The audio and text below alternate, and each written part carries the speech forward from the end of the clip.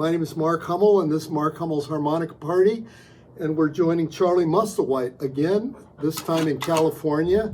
Yeah, buddy, you'll get your word in. And we're just going to talk a little more about some of the stuff we left off with last time, which was Charlie left off with the time he was in Chicago right before he left for California. And you were just explaining to me how you made it out to California. You said somebody brought you out. Who was it that brought you out to California? There was a disc jockey named Vaco. Huh. His real name, I think, was Abe Kesh. Okay. And he was on the underground radio station. I forget the call letters now. It changed the letters. Come on now. A couple of times. And he got me a bunch of gigs, and he called me up, and I had no intentions really of touring or going anywhere. And Oh, he wants his toy. so I'd been putting off people that had been calling about gigs in different places. It just really wasn't enough money to travel that far to do, and I was having a great time in Chicago. Right. So give me I that. want you to take that from Okay, me. you keep it. So Abe offered me a whole month of work for really good money, and I thought, well, I'll just go out there and make that money and come on back. But I went out to California, and right away, I knew I wasn't going back to Chicago. Right. People were really nice and evolved. Right. You know, evolved thinking. Right. It was the hippie era. Right. And the weather was great. San Francisco was a beautiful place. And from talking to other people, I realized that the whole West Coast had a lot of places to play, and there were bigger rooms and even ballrooms and auditoriums like the Fillmore. Right. It paid way better than those little Chicago blues bars. So now, did you come out, like, say, after Paul Butterfield and Bloomfield? Yeah. The following year? My album came out in '67. I don't remember the date it came out, but I came out to California in the fall, August or September, something like that. And then my first gig was at the Fillmore with Butterfield and Cream. Oh, really? Wow. Yeah. And then I worked a bunch of places around the New Orleans house in Berkeley. Right, I remember that. I don't remember where else. You played Mandrakes a lot? Yeah, I did. But I'm just talking about when I first... Right, when you first made This it. first little thing the guy had set up. Right. And I found an apartment in Berkeley, and my wife and son came out and joined me, and that was the beginning of living on the West Coast. Now, did you live in that same one that Kahatsu used to live in? Yeah, the Danbert Apartments. Right. At the corner of College. Yeah, College and I Derby. forget. Yeah, was that it? That's where it was. Yeah. So, how did you meet Tim Kahatsu, anyway? Well, he lived upstairs, Uh-huh. and I think he just came down and introduced himself one day. I don't really remember, but he would often come down and listen to my records. I had a lot of good records. Yeah. And we just became really good friends. And he was a pretty good guitar player. And I didn't know anybody. And the band I brought out, they all immediately... They all went right back. When we finished with those gigs, they all had their own ideas. Each one wanted their own band. Huh. And they're all going to come back. Harvey was the That's only great. one that actually did that. The other two went back to... Well, no, the drummer joined Cold Blood, I think. Yeah, okay. Sandy McKee. Huh. And But did everybody stay in California? the bass player, Harry Motlow, went back to Chicago. Dave Cook was the keyboardist. He had a B3 with a piano, electric piano on top. He went back. And I thought for sure he was going to come the way he was talking. He had it all, I got it all figured out, you know. And then he already talking about the tunes he was going to be arranging and the horn section and all this stuff. And He had big ideas. yeah, so, and everybody's ideas were a little different than mine. I just Right. wanted us to play blues. You know. Right. And so we played those dates that the guy booked, and then we were all on our own. And I started looking around. Tim knew a lot of people, so it was easy for him to put something together for you. Yeah. And at first we just played some little college kind of places. And then later, as I got to know the area and get out and get around, I found the whole blues scene, like in Richmond and Oakland, and got to meet a lot of other musicians, and things just kept evolving. And yeah, at first it was a real scramble for me because I didn't have a booking agency, I didn't have a manager, and this was completely different from playing music in Chicago. Oh yeah, the blues joints. There wasn't any Yeah. contracts or nothing. Right. I mean, right. so I mean, this is like business, real Yeah. business, and I'm Yeah. thrown in the deep end of the pool, and Right. I don't know how to swim. Trial and error. I just figured it out as I went, and tried not to repeat too many mistakes. Right. And I used to go down to Haight Street. And you told me they would just look at you like you're from another planet.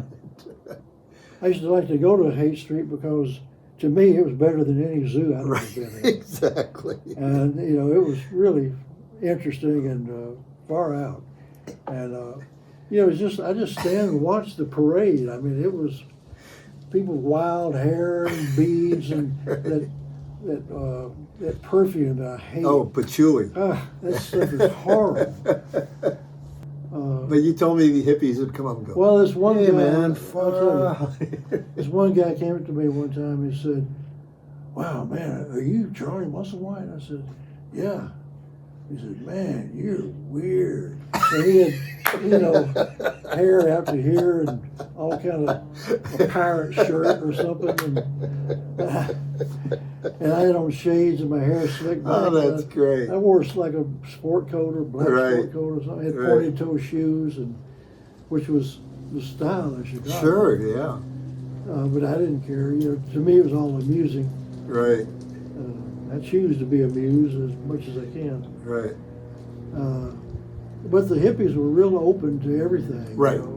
So it was, and they were playing my record on the San Francisco underground stations. radio, Yeah, which yeah. was the hippie radio. Right. And everybody tuned into that. Yeah. I wish I could remember the call letters. Disc jockey at one of those stations, Tom Donahue. Oh, Tom Donahue. Right. And he was part of helping book us to get us to come out to California. Right. He was a Right. great guy. Yeah. So I was getting played a lot, and people, the kids knew who I was, and they'd come to the clubs. And Yeah. so I just suddenly had this career, Right. Well, it's kind of, I remember there's a real famous photograph of Haight Street, of all these people on Haight Street, and the Straight Theater has a marquee that says Charlie Musselwhite on it. Yeah, it's like a real famous Yeah, there's a photo. that theater's not there. There's a Goodwill there where that Right. theater was. Right, Uh, exactly. with the people, the street was full of people in the middle of the day or the afternoon Right. because Grateful Dead was going to do a free Right, concert on right, a flatbed exactly. truck or something. I think that's what it's from. Yeah, And there's even sure people is. up on the tops of buildings looking Right, down. And, exactly. Yeah. so I played that night at the Straight Theater. So did you get to know some of the hippie bands and stuff at that time, or?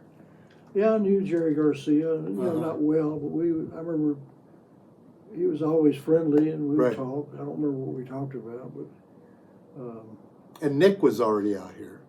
Nick had been coming out to California as a Gravenites, folk yeah. singer. Right. When he was in Chicago, him and Paul had kind of like a Sonny Terry, Brandon McGee thing. Right, right. And Nick was like the big name. Nick had come out here with Paul in the early 60s, too. And, Nick was coming out alone at first. He was a singer-songwriter, Right. folk singer. Played guitar, and he played probably around North Beach and stuff. Right, I'm not sure exactly. exactly where Yeah, he played. you're right. And around Chicago, Paul was his harmonica player. Right. And I don't know that they played together as a duo in California. I know. Yeah, he told me they drove out here. Nick He Nick did? told me that. Oh, Yeah. okay, well, that Yeah, he settles said they that. came out I here. know that Paul had come out to California, 'cause when he came back to Chicago, I remember he had kind of a sunburn. Right. I saw him one time at it was Little Walter and Robert Nighthawk playing at some kind of thing at the University of Chicago. Right. And Paul showed up. And I heard Little Walter play guitar that night too. Huh. Wow. But he was probably coming out during the beatnik era. He might have the tail been. end of it. So he was already established on a Yeah. certain level. And then Paul, he got his own band going, and he played at some of the same clubs I played in. Yeah, because you told me they used to confuse you and him. People would come up to me and say, "You're Paul, right?" No. You play harmonica, right? Yeah, you're Paul. No, I'm not. And we kind of. Was this such a freak thing to have two white guys playing blues harmonica? Yeah, Paul used to joke about we had harmonica players' eyebrows. He said we had the same eyebrows. Right. Same hairstyle. Pretty much. Yeah.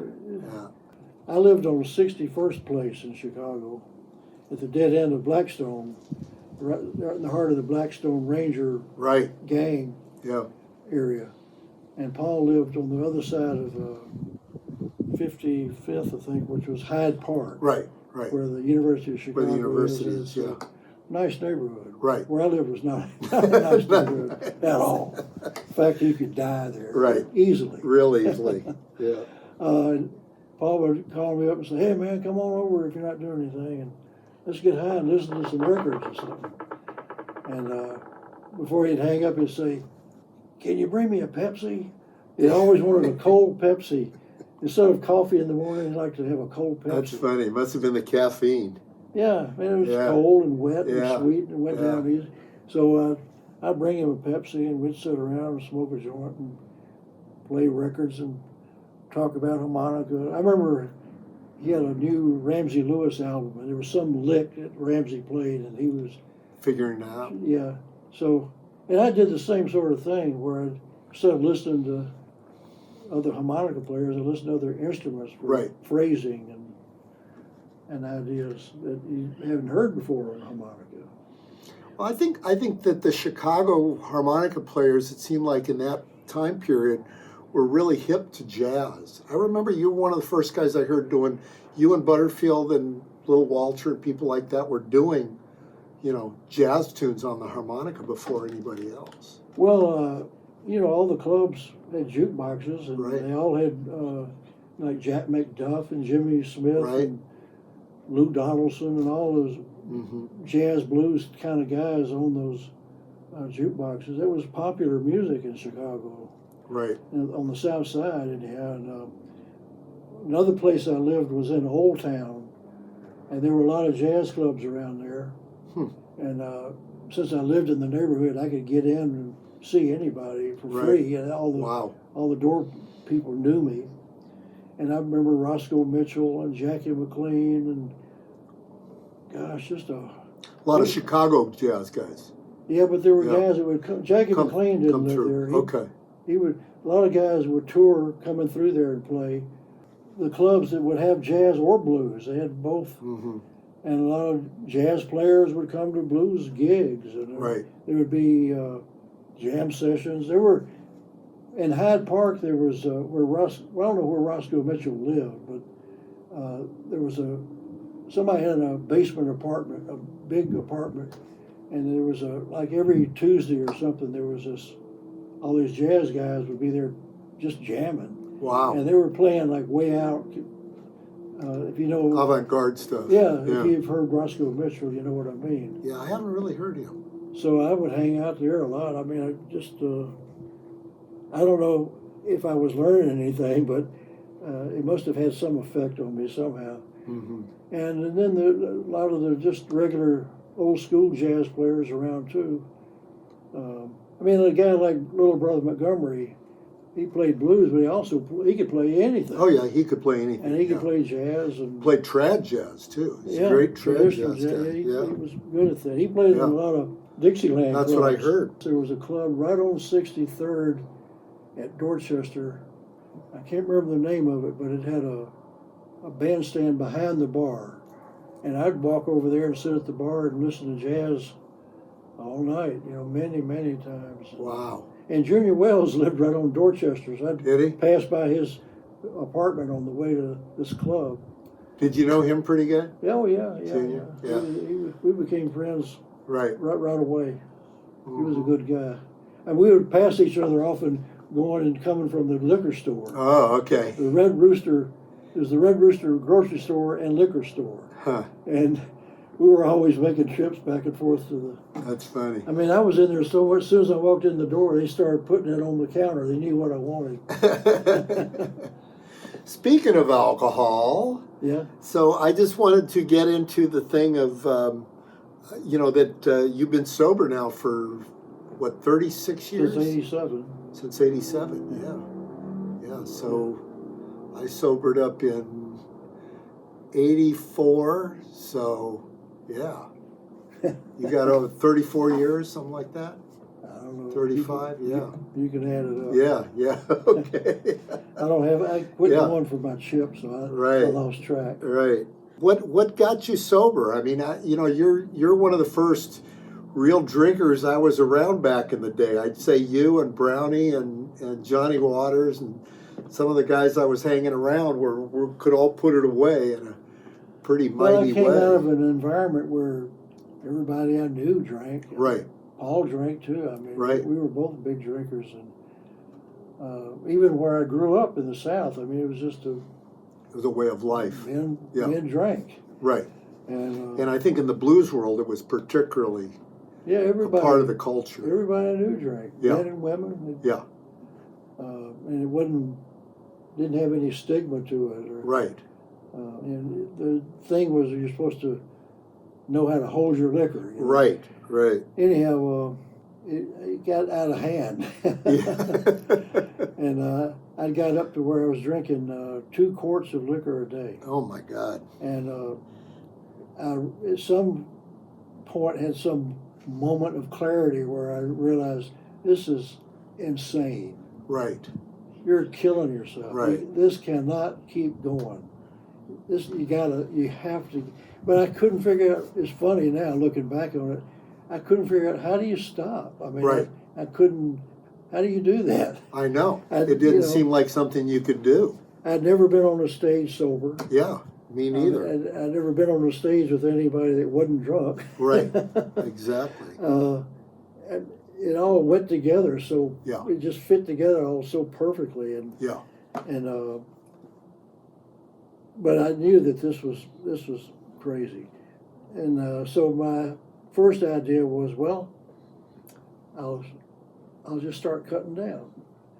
And so I'd wait an hour each day when I woke up. I'd wait another hour before I had that first drink. I used to just drink, if I was awake, I was Yeah, drinking. you used to drink first thing. I would drink Yeah. if I was awake. Right, right. Whether night or day, Right. I would drink. Yeah. I would keep a bottle on the floor Right. by the bed.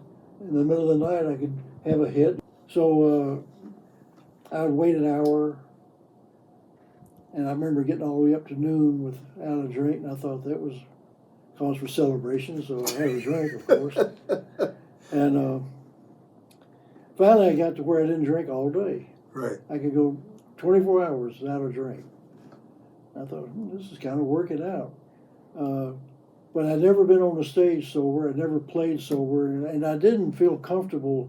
I never was one that was interested in being in the spotlight and having attention and people looking at me playing Right. and me putting on a show. None of that ever appealed to me Right. at all.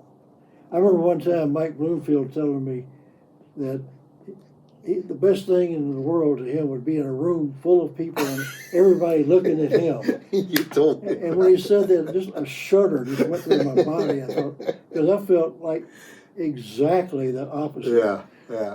So, but if I was drinking, getting on didn't stage matter. and playing Yeah. was Yeah. nothing to it. Right. You know? Right. I didn't care. Yeah. You know, Yeah. this is a party, boy. Yeah. So this is the last hurdle: how to get on stage without drinking. And I was driving to work and going to a club in Santa Cruz, and I'm listening to the news, and they're talking about this little girl that fell in the well in Texas, Jessica McClure was her name.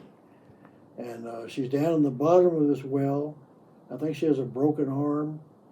And they've lowered a microphone down to where they can communicate with her. And there she is in the dark at the bottom of this well, and she's singing nursery rhymes to herself. In the news, they're telling me this. And I was struck by how brave she was. Here she was in a real life and death situation. Maybe she was too young to even realize the situation. But certainly she had to know something was messed up. I mean, to be in the dark at the bottom of a hole, Right. you know, Yeah. stuck with a broken arm. Right. But I really wanted her to live, and I really wanted her to survive this thing. And it was really dicey. Yeah. Because it could cave in. They didn't Right. know how to get to her without it caving in, and all this stuff. And I told Henrietta, I said, that's it. I'm not drinking until they get her out of the well. It was my version of a prayer for her. I was not going to drink in her honor, because then I thought of myself, and I thought, what's the big deal with you, buddy? I mean, here's something you know perfectly well how to do. You've done it 1,000 times. Right. Just get on the fucking stage and play. What's the problem? You know, what's the big, you know? And here's this little girl being so brave. You know, Right. if you had just a fraction of her bravery, you could go play. What's the deal? And it kind of put a perspective on things for me. And they didn't. So I got to the club and I'm saying to Henry, you know, I could use a drink. And she told the waitress, bring one of every non-alcoholic drink you have to this table. Had a Coke and a 7-Up and water and ginger ale. And I remember being on stage and I'm like sweating and gagging and my knees felt like jelly. I felt like I was going to faint or something. And then when I got off stage, everybody said, man, you sounded great. I've never heard you sound so good. And I thought, yeah, well, okay. and the other part of the story is it took them about 3 days to get her out of the well, as I recall. It might have been longer. And by then, I was out of the well, too. And I just never had a drink Yeah. since. That's a beautiful story. Yeah. And then when it was over, it was like, damn, what was that all about? You know? What took so long? Why was it so confusing? Why, Yeah. you know, Well, you had a lot of people pass too. I mean, you know, that were alcoholics. oh yeah, a You know, lot of good friends.